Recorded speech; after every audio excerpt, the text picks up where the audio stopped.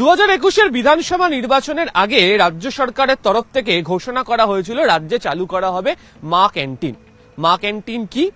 যেখানে অত্যন্ত সস্তাতে খাবার পাওয়া যাবে, মাত্র 5 টাকাতেই ডিম ভাত ডাল দেওয়া হয় এবং মা ক্যান্টিন সূচনা হওয়ার পর তার যে সুবিধা তা বিভিন্ন প্রান্ত থেকে মানুষজন জানাতে শুরু করেন।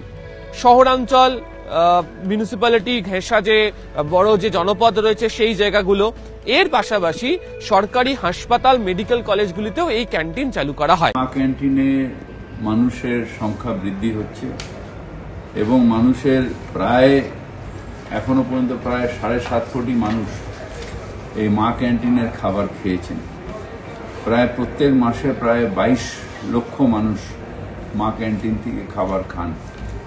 বিভিন্ন হাসপাতালে, বিভিন্ন অফিস পাড়ায় মা ক্যান্টিনের পরিষেবা চলে, যেখানে মাত্র 5 টাকা দিয়ে ডিম ভাত সবজি সবকিছু মানুষের পাওয়া যায়। সকালবেলা যারা না খেয়ে আসেন বা তাড়াতাড়ি চলে আসেন তাদের জন্য এই মা ক্যান্টিনের পরিষেবা মুখ্যমন্ত্রী মমতা ব্যানার্জি 21 সালের ফেব্রুয়ারি মাস থেকে চালু করেছেন এবং এই মুহূর্তে রাজ্য সরকারের দেওয়া হিসেব অনুযায়ী 333টি জায়গাতে মা ক্যান্টিন চলছে। মা ক্যান্টিনের যে প্রসার তাকে আগামী দিনে আরো বিস্তৃত করতে চায় হচ্ছে রাজ্য সরকার।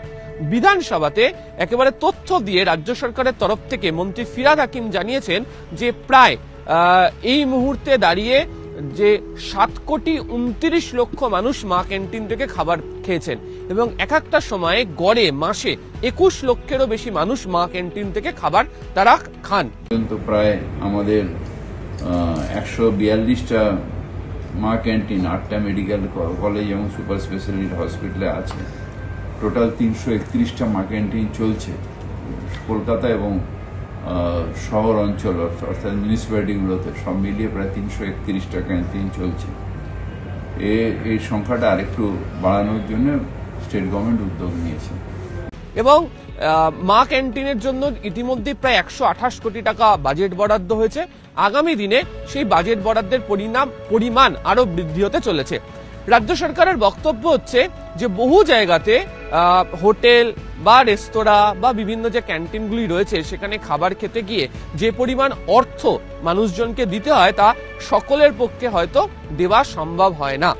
একেবারে যারা প্রান্তিক অংশের মানুষজন তাদের কাছে যাতে পুষ্টিকর খাবার পৌঁছে দেওয়ার ব্যবস্থা করতে পারা যায় সেই কারণে মা ক্যান্টিনের ভাবনা আনা হয়েছিল এবং সেই ভাবনা যাতে আজও জারি থাকে সেই বিষয়কে মাথায় রেখে মা ক্যান্টিনের থেকে প্রাপ্ত খাবার যাতে সকলে পান সেই ব্যবস্থা করা হয়েছে। এবং আমরা শহরের বিভিন্ন ইম্পর্টেন্ট জায়গা, সেটা কোর্ট কাছারি হোক, হাসপাতাল হোক, অফিস এলাকা হোক, মা ক্যান্টিন পরিষেবা দিয়ে যারা গরিব মানুষ যারা আসেন শহরে রোজগারের জন্য বা কষ্টের মধ্যে শহরে আসেন তাদের জন্য এই পরিষেবা আমরা চালু রেখেছি এবং এখন আরো অ্যাডিশনাল ফান্ড সরকার দিয়েছে যাতে আরো কিছু মা ক্যান্টিনের পরিষেবা আরো বাড়ানো যায়।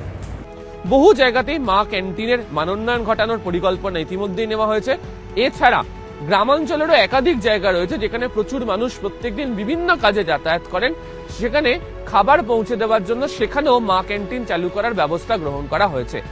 রাজনৈতিকভাবে অনেকেই বলছেন যে সাধারণ মানুষের কাছে জনসংযোগের ক্ষেত্রে দাঁড়িয়ে মা ক্যান্টিন 2021 বিধানসভা নির্বাচনের মুখে অত্যন্ত গুরুত্বপূর্ণ ভূমিকা গ্রহণ করেছিল এবং নির্বাচনী ফলাফলের ক্ষেত্রে মা ক্যান্টিনকেও প্রচারের আলোতে শাসক দল তৃণমূল কংগ্রেস তুলে এনেছিল।